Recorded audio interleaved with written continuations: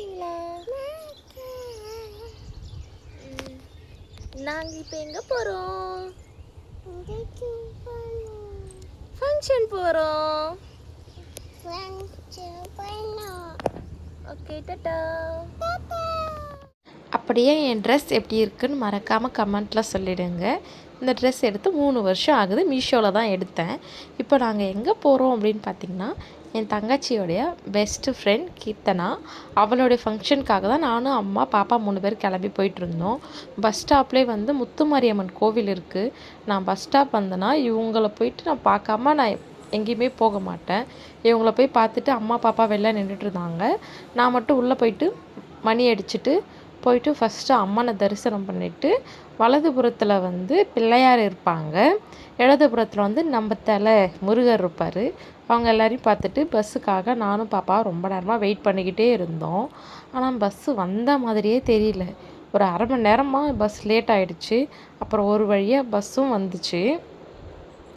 பஸ்ஸில் ஏறி உக்காந்துட்டு ஜன்னல் சீட் கிடச்சிது. ரொம்ப சந்தோஷமாக இருந்துச்சு. ஏன்னா ஜன்னல் சீட் கிடைக்கும்போது தான் நம்ம ஊருடைய அழகெல்லாம் பார்த்துக்கிட்டே போக முடியும். எனக்கு ரொம்ப பிடிக்கும். அப்படி பார்த்துக்கிட்டே போயிட்டு அப்புறம் ஒரு வழியாக ஃபங்க்ஷனுக்கு நானும் அம்மா பாப்பா 3 பேருமே போயிருந்தோம். ஆல்ரெடி ஃபங்க்ஷனுக்கு என் தங்கச்சி முன்னாடியே வந்துட்டா. நாங்கள் தான் லேட்டாக போயிருந்தோம். அவள் முன்னாடியே அவங்க வீட்டுக்கு போயிட்டா. ஸ்டேஜ் டெக்கார் சொல்லவே வேணாங்க, சூப்பராக இருந்துச்சு. முருகர் ஸ்பெஷலாக போட்டிருந்தாங்க. அப்புறம் ஒரு வழியாக கீர்த்துக்குட்டியும் அவங்க ஹஸ்பண்டும் ஸ்டேஜுக்கு வந்தாங்க. கீர்த்துக்குட்டியும் அவங்க ஹஸ்பண்டும் ஸ்டேஜுக்கு வந்த உடனே எல்லாருமே கையெடுத்து கும்பிட்டுட்டு, எனக்கு இதில் ஒன்று என்ன புரிஞ்சுதுன்னா, என்னுடைய ஃபங்க்ஷனில் வந்து எனக்கு மாலை வந்து அவர் மாற்றின மாதிரி எனக்கு ஞாபகம் இல்லை. எனக்கு வந்து என்னுடைய நாத்தனார் தான் மாலை போட்டாங்க. அவருக்கு வந்து எங்கள் அண்ணா போட்ட ஞாபகம் தான் எனக்கு இருக்குது. ஆனால் இதில் வந்து இவங்க 2 பேரும் மாலை மாற்றிக்கிட்டு வந்து ரொம்ப அழகாக இருந்துச்சு. மறுபடியும் திருப்பி ஒரு கல்யாணம் பண்ணிக்கிட்ட மாதிரியே ஒரு ஃபீலாக இருந்துச்சு. உங்கள் ஃபங்க்ஷன்லேயும் நீங்கள் 2 பேரும் உங்கள் ஹஸ்பண்ட் ஒய்ஃப் மாலை மாற்றிக்கிட்டிங்களா?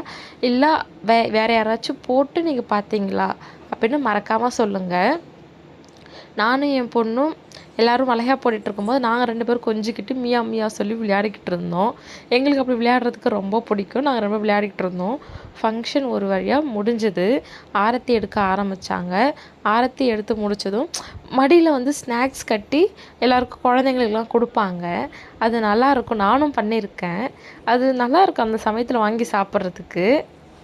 அப்புறம் என்ன ஒரு வழியாக ஃபங்க்ஷன் முடிஞ்சது. ஃபங்க்ஷன் முடிஞ்ச உடனே நானும் பாப்பா அம்மா 3 பேர் சாப்பிட ஆரம்பிச்சிட்டோம். பாப்பாவுக்கு ஃபஸ்ட்டு பூவா ஒட்டி பார்த்தேன். அவள் ரொம்ப சூப்பராக இருக்குது அப்படின்னு சொன்னான். அப்புறம் நானும் பூவா சாப்பிட்டுட்டு வீட்டுக்கு கிளம்பி போயிட்டோம். வீட்டுக்கு எப்பயும் போகிற போல தான். நான் வீட்டுக்கு போனோடனே பஸ் ஸ்டாப்புக்கு வந்து என் அண்ணா பையன் வந்து பாப்பாவை தூக்கிட்டு வந்துட்டான்.